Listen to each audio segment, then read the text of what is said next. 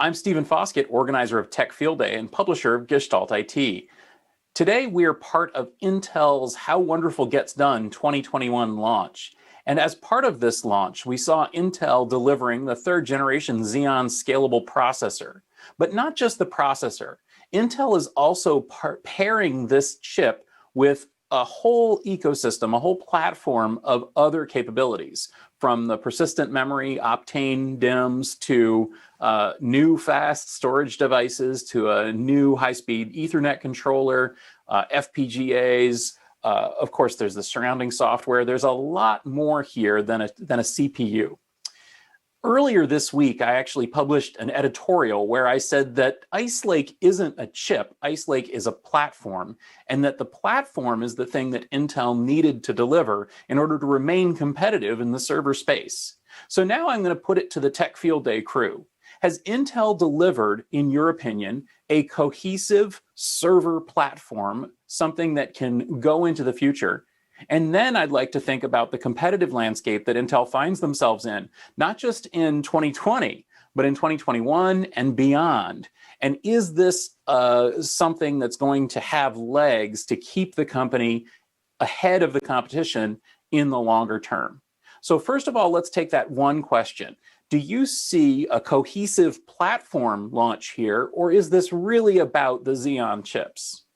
Yeah, I do think it was a well-designed release. It's not about the Xeon by itself. There's a lot of innovation happening, and just faster and more cores is an important factor, but it's not the only one, right? So if you talk about latency regarding to memory and network, that's equally important to everything else. So I do believe that it was a well-balanced release of innovation across the board, right? And I also do think that Intel is not trying to look left and right. I think they have a good idea on where the market is going.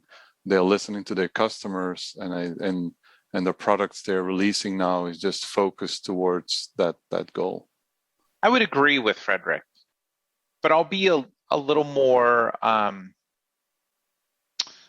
challenged to the comment around are they listening to the customers, and are they really kind of addressing customers? So I'm looking at this from that enterprise perspective, and I think Intel did a great job with the launch.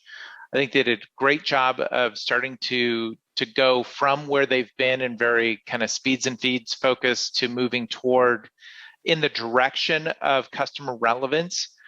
But I would stop there, because I do feel that they're missing an opportunity to play up the software aspects with one API and talk about how that becomes that connective tissue across their portfolio. I mean, the value of Intel, if you look at it in a silo, yes, you can pick apart the Xeon processor, you can pick apart the different specs of it, you can talk about how it relates to Optane and the other products, and that's interesting.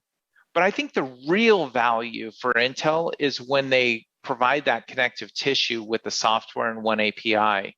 And I would have loved to have seen them bring that more to the forefront and talk about how it, along with the cloud service providers and the OEMs, are really making change happen within customers, and talk about more of those use cases. We didn't see enough of that. But that being said, I definitely saw a marked shift from the way that Intel has kind of shifted gears in what they're focusing on. Yeah, I totally agree on that. And if you look at it from a perspective of what is the customer getting and how do they look at what Intel is doing, they did a perfect job, if you ask me. But I totally agree on Intel is doing much more the last couple of years. Look at Open API and DAOs and all those kind of things, where they really provide much more than just a piece of hardware, but helping the developers, having developer events and all that kind of stuff. So they're doing so much more for the whole industry. And I really think that they should start opening on that side as well. Maybe Pat Gelsinger will do that, being a CEO. So let's wait and see what happens there. Yeah, I think it's a tendency of a hardware company to kind of ignore or kind of put the software on the side. I mean, Intel has been developing software for decades. I mean, once upon a time, Intel compiler and the Intel VTune, which is a tool to optimize your code, were the only tools available. Nowadays, there's a lot more available, but it's not because the market around them changed. It's because they decided to help their own competition and to make sure that the ability to compile efficient x86 code and to do some performance testing and debugging, that it should be something that everybody should be able to do independent of who provides the tool chain. So I do think it's a typical hardware reaction or hardware company reaction not to push hard on the software. But I do hope that they push on it, because they do have, and they have been delivering good software for a very long period of time. Yeah, I completely agree with that, Frederick. Put a different way, I would say, if we go back a week before the launch and say, what was the trajectory of customers, enterprise customers, OEMs, CSPs?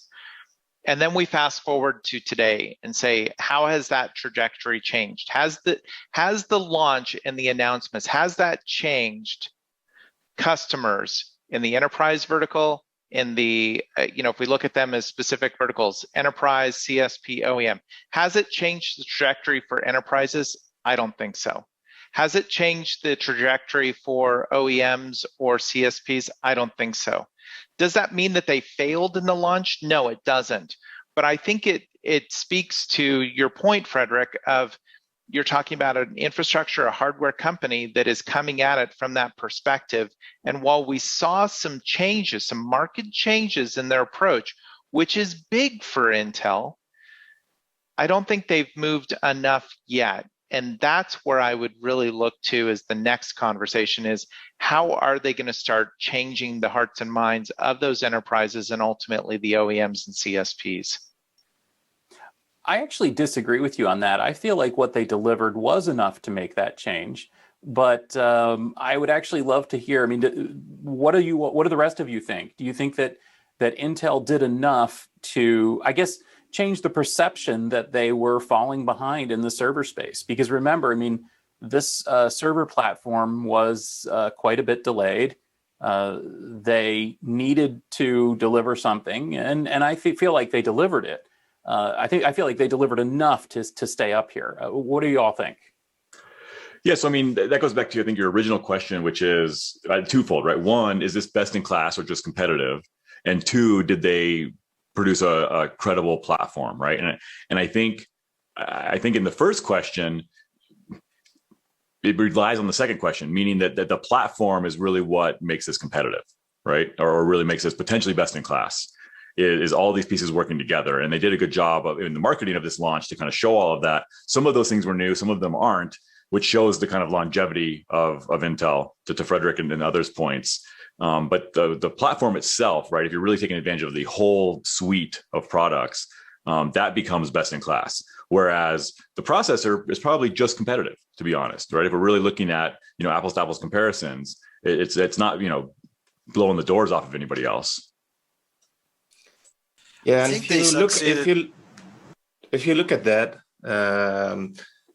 normally what you would see and what you see from AMD and others as well is that they will compare to each other.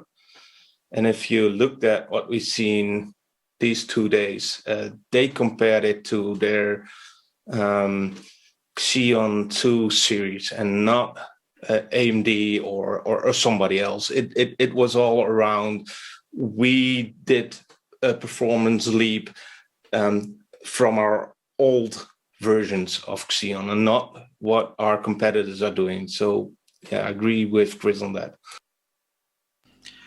To follow up on what Arian was saying, I think they succeeded in shaking off the stale image of the dying dinosaur. No, they come back very much energized, and they definitely managed to steer the direction of the ship. So something is changing there, and they have to continue, following this new direction. This refreshed image that they managed to feed to the audience, and of course Gelsinger is going to have a big role with this. So let's see in 12 months if they are consistent and coherent with this, and where they will be at. Yeah, I think the conversations around best of suite or best of breed are appropriate here, and I think they've shown they have products that can cover both. I think they could have hammered home the point a little better by talking about their software to convince customers that they actually have the full platform, which would be best of suite.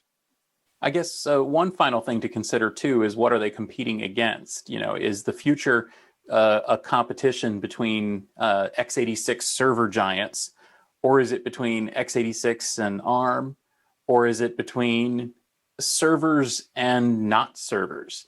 And I think maybe that's the biggest question. Long term, I think all of us would agree that applications are moving to the cloud and moving to the edge and moving to essentially non-hardware platforms where you write code and you run it, and then the question of which hardware platform you're using is a question for the plumbers, not a question for the consumer.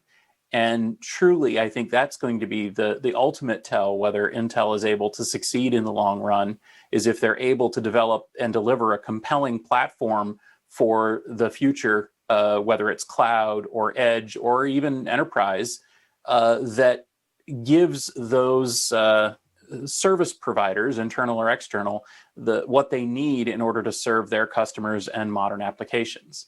So to me, I think that's really the ultimate question that we have for Intel. And we'll see how that works out.